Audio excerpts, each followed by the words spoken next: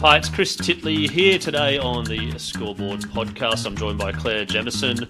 Clare, thank you so much for being part of this series, and good afternoon. Hi, yeah, thanks for having me on. Great to catch up and chat about rowing.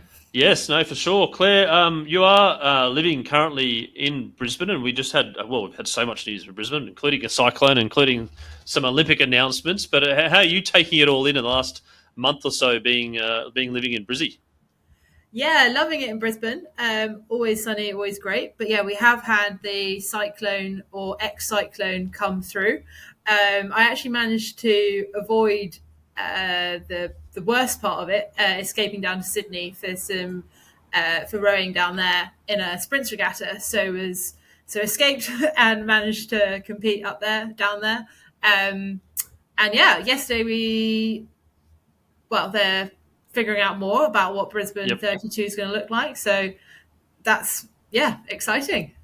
Now, Claire, you are a beach sprint rower, and there has been some news in the last couple of years about beach sprint rowing competing at the Olympics, and it will be in Los Angeles in 2028, which would be amazing for your sport. Do you want to give the listeners a little bit of understanding about what beach sprint rowing is and where you fit in? Yeah. So rowing, there's sort of two forms. You've got your classic flat water over 2 kilometers, which is either on a lake or a river, and has been in either various sizes of boats, singles up to eights, and that's what people are commonly will see at the Olympics. And the second type is coastal rowing, and this is on the ocean, on the sea, and in slightly different types of boats, and either in a single, a double, or a quad. And there's two forms of that. So that's endurance, which is around a series of buoys, so 4 to 6 kilometers, or beach sprints, which is you start on the beach, run to your boat, jump in, slalom out 250 meters, 180 turn, and then just straight back to the beach, hop out your boat, and run up and hit a buzzer. So it's 2 lanes, side by side format, and a knockout. And that's the format that's was announced into LA 28 for the first time. So yeah, it's quite a new format. It's sort of been at the World Coastal Champs since about 2019. And yeah, is a very exciting time to be part of the sport.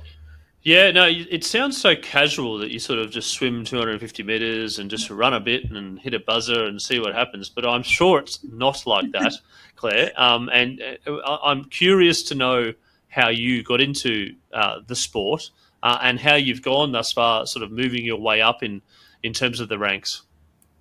Yeah, so I traditionally learned about rowing at university. This was back in the UK at Oxford, and learned to row there, um, and ultimately rowed in the boat race, which is 8 people in a boat. Traditional format. I then left rowing and went into the corporate world of London. But as I'm gradually realizing, no one ever really leaves rowing. So I ended up finding it again. Initially, when I moved to Brisbane, actually, was taken under and learned how to scull. So that's where you've got 2 blades or 2 oars each, as opposed to sweep where you've got 1 oar each. And then COVID, particularly, which took me back into the UK, was where I discovered coastal. We had a series of various lockdown measures, so really getting out in the sea by yourself was was the only option for rowing. So that's where I got thrown back into rowing again, and it sort of escalated a lot since then. So I gradually learned how to scull, learned on the sea, was involved in a lot of the endurance format. There's quite popular in the south coast of England, and then from about 22 have been as part of the GB beach sprint team. So there's various competitions both across the UK and across Europe, and then ultimately competing at the Europeans and Worlds for the last 3 or 4 3 or 4 seasons. Fabulous. Now, you're the first sort of Team GB on the podcast, firstly, so we're not going to discriminate which country you're from or wherever you're from, and you're certainly the first beach sprint rower, and you're the first person probably that I've interviewed that's in the top in the world, basically a silver medalist in the recent Worlds in terms of the beach sprint rowing, where you just go for 250 metres and you just paddle a bit and you run a bit and you press a button, right? Exactly. Simple as. Yeah. Do you want to talk about the World Champs? Let's talk about the World Champs last year, where you went, is it Genoa? And then you competed in multiple events, but certainly culminating in coming home with something around your neck. Yeah, so it's been, maybe rewind actually to 22 was my first experience of Worlds as a beach sprint, which was in the wonderful location of Wales. And that was in the mixed double. So that was my first sort of flavour of how this all works. And that resulted in a silver. But anyway, back to 24. Yes, it was in Genoa. So I was competing in the single, so that's just me in the boat, and did come away with a silver, which was very exciting because it was sort of the first one which, following the announcement of being in LA, and included probably a couple of my heroes of women's scullers from the Paris 24 Olympics. So it was just absolutely fabulous to race with those girls that I watched in Paris. The format is, so you initially do a time trial. So everyone goes off at 30 second, 45 second, a minute intervals, depends on the competition, to get ranked 1 to however many, 40. And then from there, there could be a second time trial, but eventually you end up with the top 16, and it'll do 1 versus 16. So then you get into side-by-side knockouts. So it's quite fast-paced. And once you get through to that top 16, it will be in rounds. So you could end up doing your sort of quarterfinal, semi-final, final over the course of about 45 minutes. So although it's only 500 meters, it's got that back-to-back element. And there's just the reason why I love it is there's probably a lot more going on than your flat water 2K. As in, you've got this running element, you've got the waves to deal with, you've got a lot of sort of uncertainty of managing wind, the course, directions, and running on very tired legs is something I need to probably get better at, but it's always a killer at the end. And just having that brain space to think about everything else rather than just cooking yourself to the line. But that's the amount of races that you do, did you add up how many in the end in the World Champs? So the World Champs would have been 4 rounds. So I came second in the time trial. So I sort of got second or third. I sort of got to the top end, which was pretty good. So I had 4 rounds from my last 16 through to the 4 rounds, yeah. And then you also competed in another event as well. Yes. So I also was in the endurance racing with my mixed doubles. So that's with another guy. We had that the couple of days before, which was over 4K heat, and 6K. Wow, that's finals. A lot. Yeah. So it's quite a different, and that's sort of a mass. Well, it can be both. In Genoa, they decided to do it as a mass start, so a bit like a sailing race. So you all line up between 2 buoys, and then it's all systems go to the first buoy is about 1 kilometre, and if you can just crack that one out and not collide with any other boats, it does get a bit argy-bargy, but by the boys. But that's sort of part of it. It's you've got to be the fastest. And argy-bargy by the boys and the boys, the 2 boys. Boys and the boys. So there's a lot of shouting between the crews, but it's all good fun as soon as you get on the beach, which is another thing that I love about Coastal. There's a really great coastal community. You sort of gradually see the similar faces, similar competitors, and it's everyone's all systems go, but when the gun goes or start line goes, but there's a lot of help and camaraderie on the beach. So it's good, definitely good vibes. And Claire, your love for the sport, what do you think it is about the sport that you love the most, and why do you keep coming back? I I think I just love being on the water.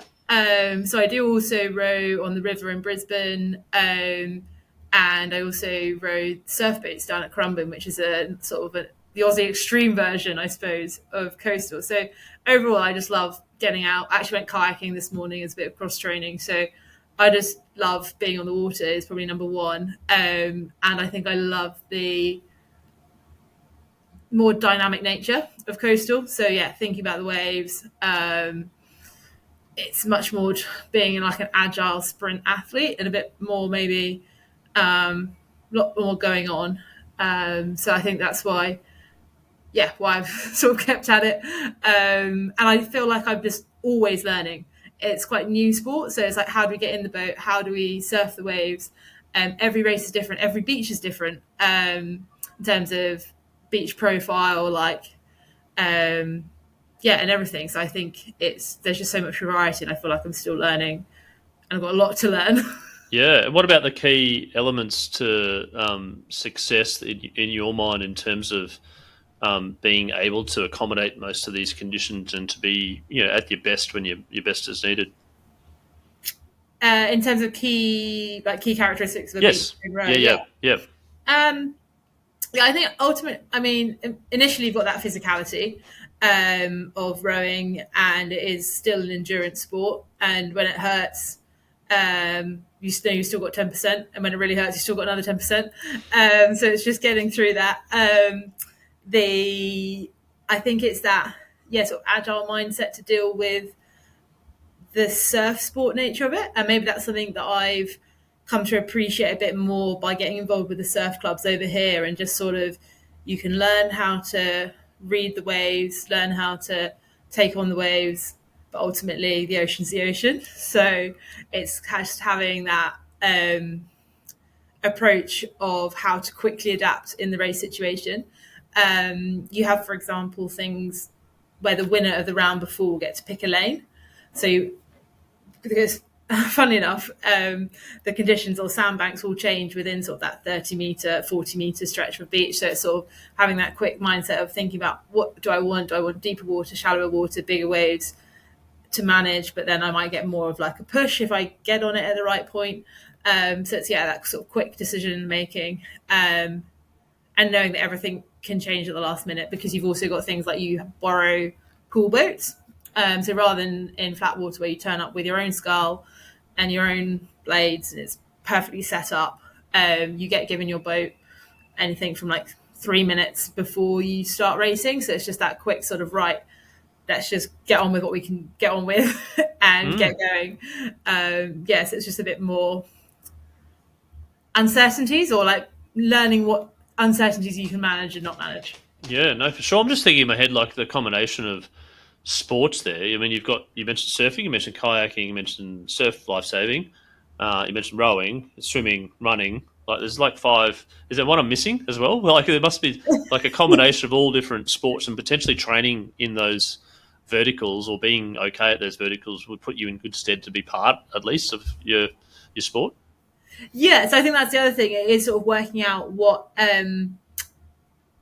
on that physicality side, I think people are gradually figuring out what it makes a beach sprint rower, because I think there's probably different characteristics from your classic flat water rower in terms of, as you say, like it's a bit more multidisciplinary, and it's working out, okay, rather than doing one 2K race for 8 minutes or like 6 minutes to 9 minutes, it's that power but repeatability, and maybe more power and brute force, because the boats are heavier. They're a single skull, a single coastal skull will be about 30 kilos compared to 14 kilos of a river single. So you've just got more boat to move and a bit of a different way to move it.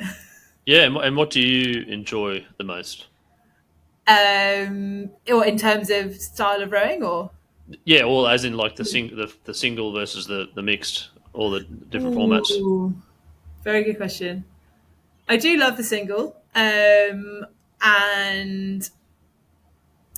I like that it's your responsibility. You can't blame anyone else. It comes down to you. However, the double is very fun to row and have that teammate with you. Yep. obviously comes with slightly more pressure, I personally feel, of you're responsible for the performance of someone else.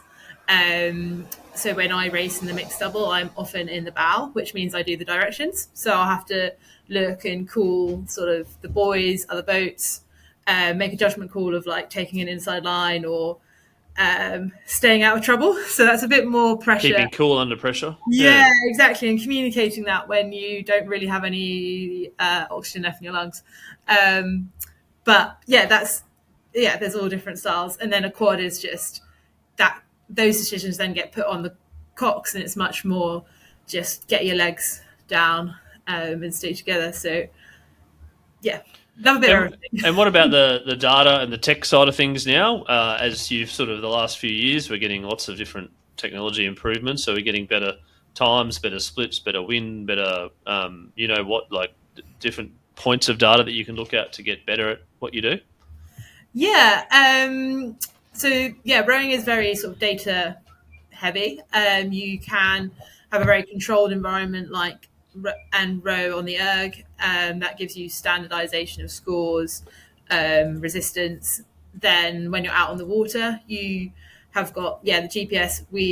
Across both flat water and coastal, you have what's called a stroke coach. That will give you a little screen. That will give you your speed, rate, and that's all the data you can, and it will wear heart rate monitors so that we're keeping within whatever zone for that session. Quite like a lot of athletes or endurance athletes, it'll be split between your high intensity sessions and your just low base building aerobic ones. So yeah, there's definitely a lot of data that gets passed on. And also with the boat designs, on a slightly different tangent, that's definitely developing with the two main manufacturers of coastal bringing a model out each year, and it's different designs. Do we want boats to be able to turn quickly or hold their line in the waves, or you're ultimately going to be jumping in and out of a boat, like rounding about the beach? So it's what's actually most durable. So I think that's definitely an area that's got a lot of data and modeling behind it,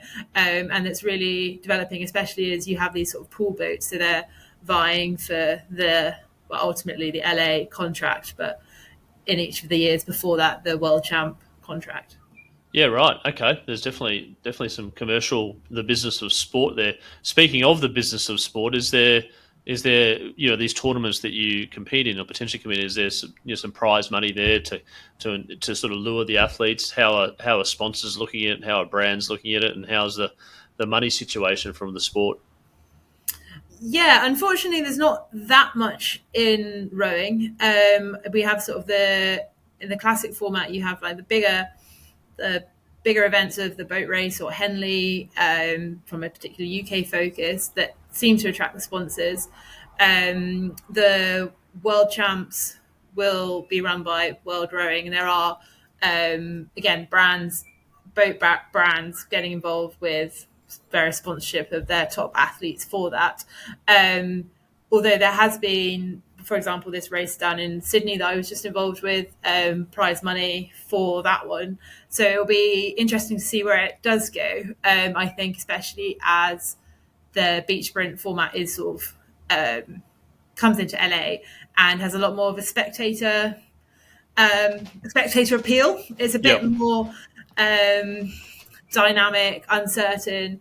So, and the waves obviously create drama, like one person can be ahead and then suddenly get tipped out by a wave. So I think there is a lot of chat of sponsors coming along, sort of a world tour happening for probably 26. And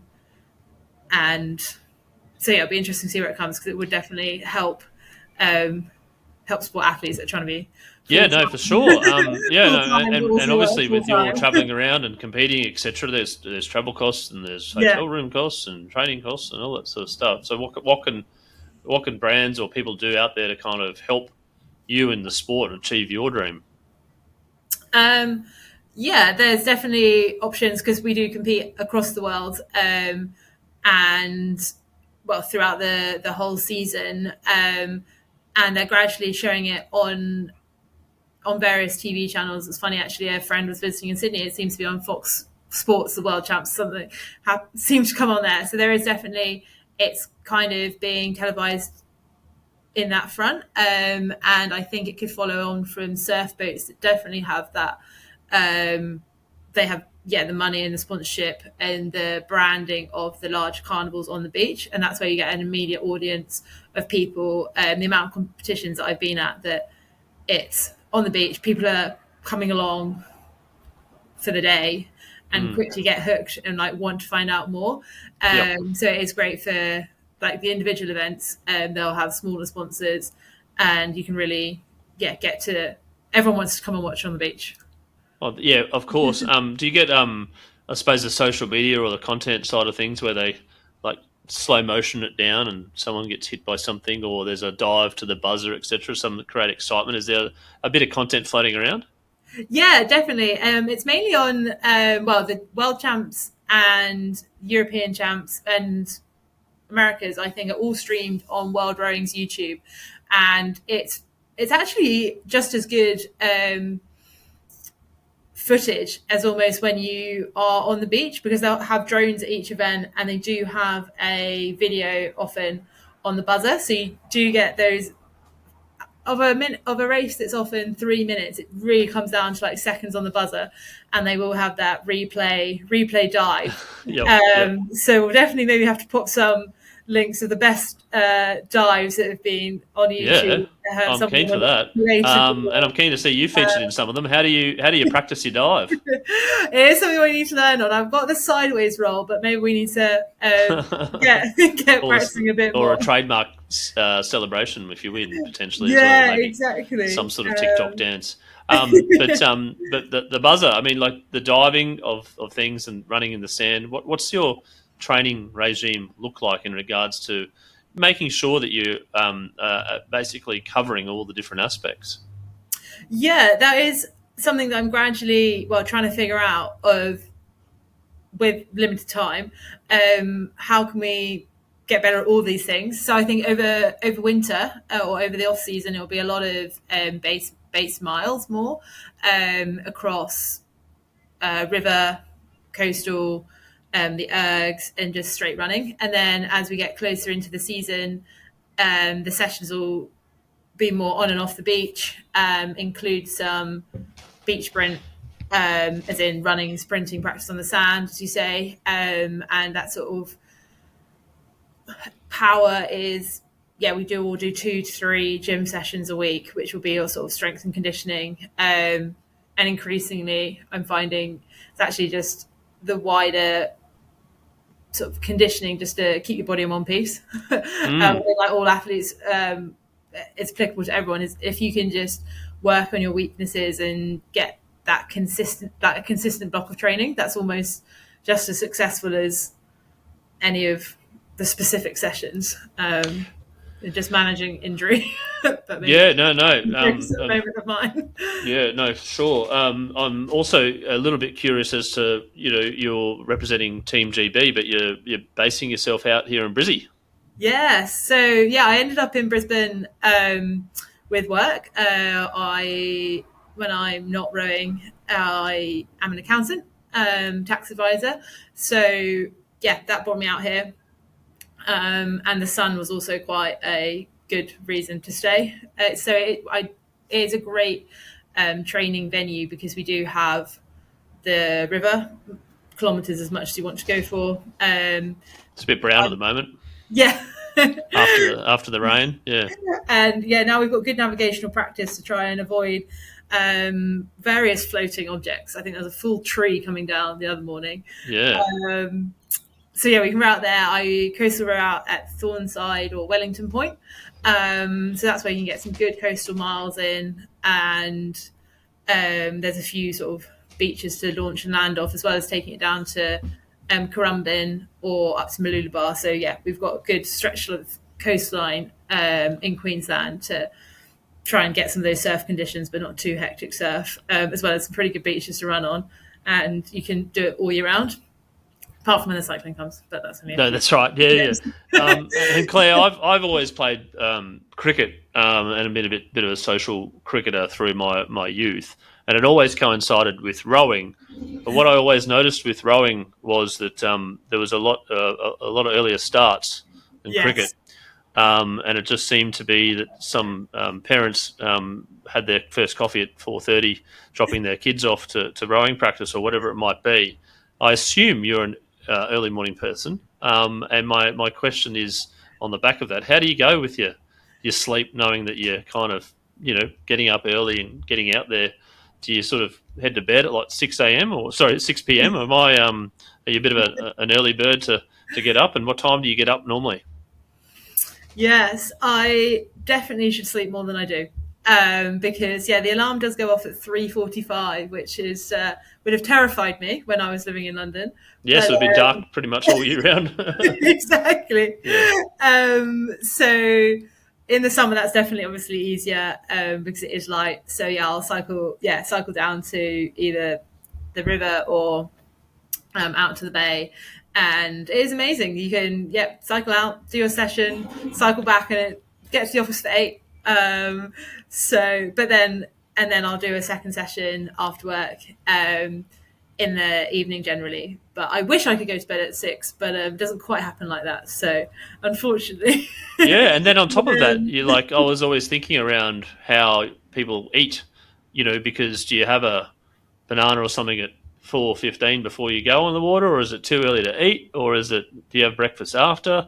And then if you have breakfast after, do you go into like a food coma because your body's like done so much exercise, and then do you drink coffee because then all of a sudden you might get a buzz later on, and then it might, so there's lots of things to think about. I'd love to get insights into what you do from a diet point of view as well, or at least how you kind of eat.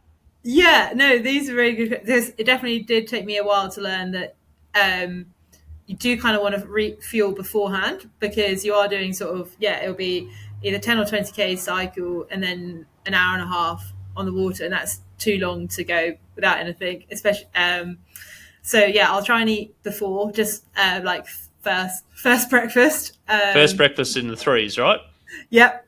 And then second breakfast after rowing, like once I get to the office, with a coffee.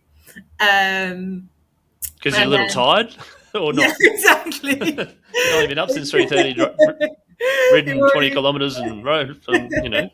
Yeah. Yeah.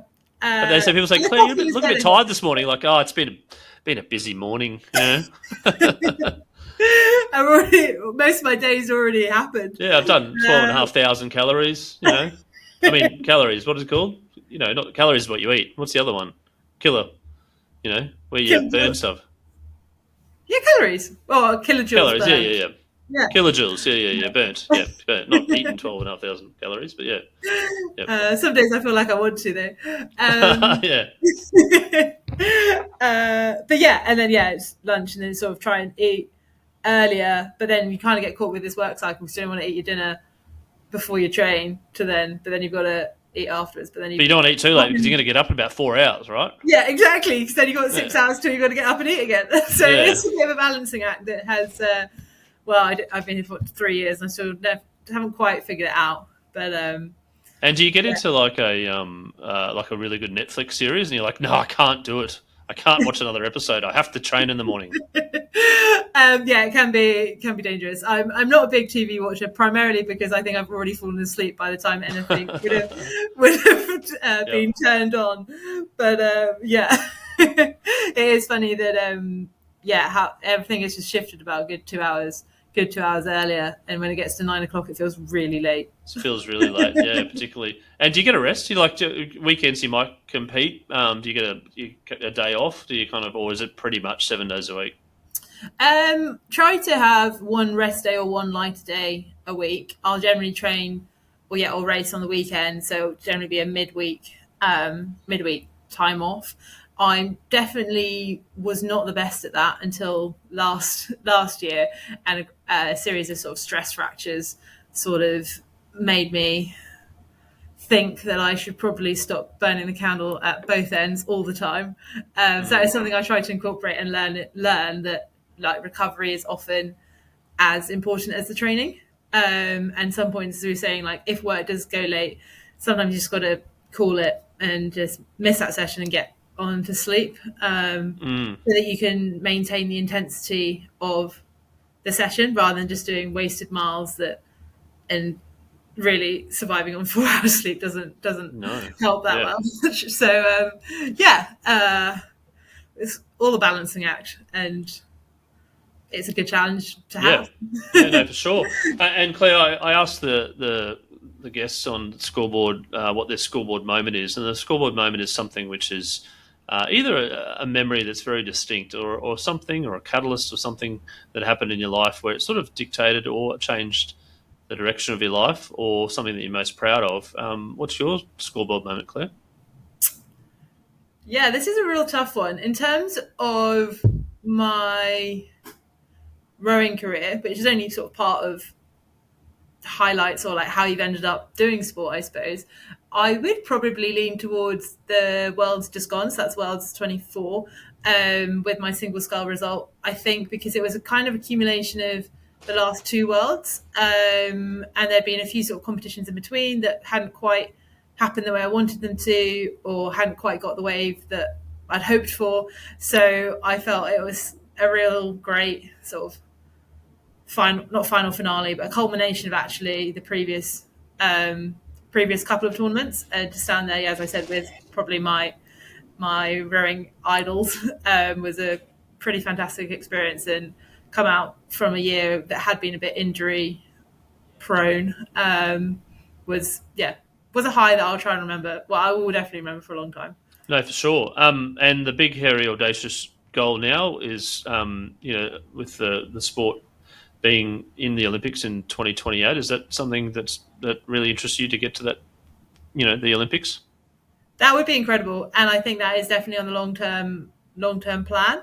My immediate goals is probably back to sort of the 2025 World Champs, and take each step as it comes, because I think I've also learned nothing is guaranteed, and to love the everyday training and love the everyday competitions. Like, I love racing, and if you can enjoy all those moments along the way, and hopefully there's a pinnacle of the Olympics in the distance.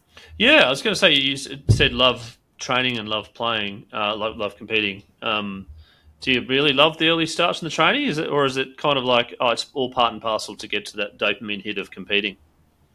I've tried to learn that I genuinely the first, when you want to hit snooze, I might question this thought.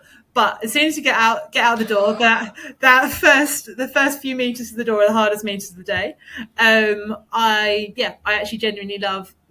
95% is basically my threshold of training, and because I think if you're not enjoying that, it's a lot of work for not. Yeah, what's the point? So, but maybe I'm also always searching for that post-workout endorphin high and hit, and buzz, maybe. And I might question it in the deepest moments of a hard erg workout, why I'm doing this. But nah, I'd say 95% love the everyday and love the training. And you said you hit the snooze button. How many snoozes do you have? So we don't. Never actually snooze. You have to just get up and do it. No, I mean, like, on your alarm. Do you set fair. like multiple alarms? Do you set like, 3:30 alarm, 3:33 snooze, 3:35 snooze, 3:37 snooze? No, it's 3:45. Just hit it, and Just then hit it. it's like You're up. You're gone. rocket Yeah. launch happens. Otherwise, the rocket launch doesn't happen. It doesn't happen. And have you ever like forgotten your shoes for work or something in a panic that you're running a bit late and you kind of rocked up to work barefoot or something? Yeah. The worst one is probably having to have a sweaty sports bra for the day. That had to be solved pretty quick. There you go. And some advice for you're a very high performing athlete, second in the world recently. Obviously, the Olympics is around the corner. You got the World Champs coming on 2025 as well.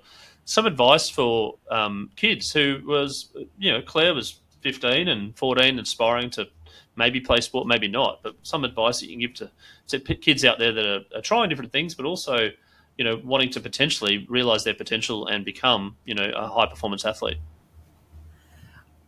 Yeah, I think from my journey, which was, I was always sporty at school. I signed up for every possible sports team, but then actually sort of slightly left the high end elite sport in my 20s and have rediscovered it in my late 20s, early 30s. So I think it's actually just to love sport, get out there, get involved with anything and everything. You don't have to specialize early. In fact, in some ways, I'm so glad that I did try everything. I did then not do sports. So I know what like that part of life is all about. Otherwise, I think you can have a lot of burnout in your early 20s. And also, it's possibly never too late. So if you find something, go for it. And it's not going to be easy. But if you genuinely love the process of doing it, and are fortunate enough to have a good support network. So it's like find your teammates, find people who want to help you, and just get involved with whatever facilities you have. They're not going to be, in my case, like the best boats, the best equipment, but if you can just get out there and do it, go for it. Yeah, no, that's some great advice. And I just want to touch on that support crew. And obviously there's a lot of people that you're friends with and connected with, and some are maybe following your progress. How important is it for some of your close friends and family to be on board, and for you to miss birthday parties or whatever it might be because you're training or competing and trying to be the best possible person at your sport? How have you found that level of support as well as the level of commitment that you've had and missing other things? Yeah, I think I'm very grateful I've got supportive parents, a series of coaches both back in the UK that have sort of seen my journey from really not really knowing how to pick up two oars to where I am now, as well as develop a network in Brisbane, which has been wonderful. And when you gradually figure out what your priorities are, at the end of the day, sort of what's going to make the boat move faster, but that's also making you you've got to be a wider, happier athlete whilst you're doing that. Those who kind of get that and are excited for you will stick around, but it's just decisions. It's not sacrifices, I think.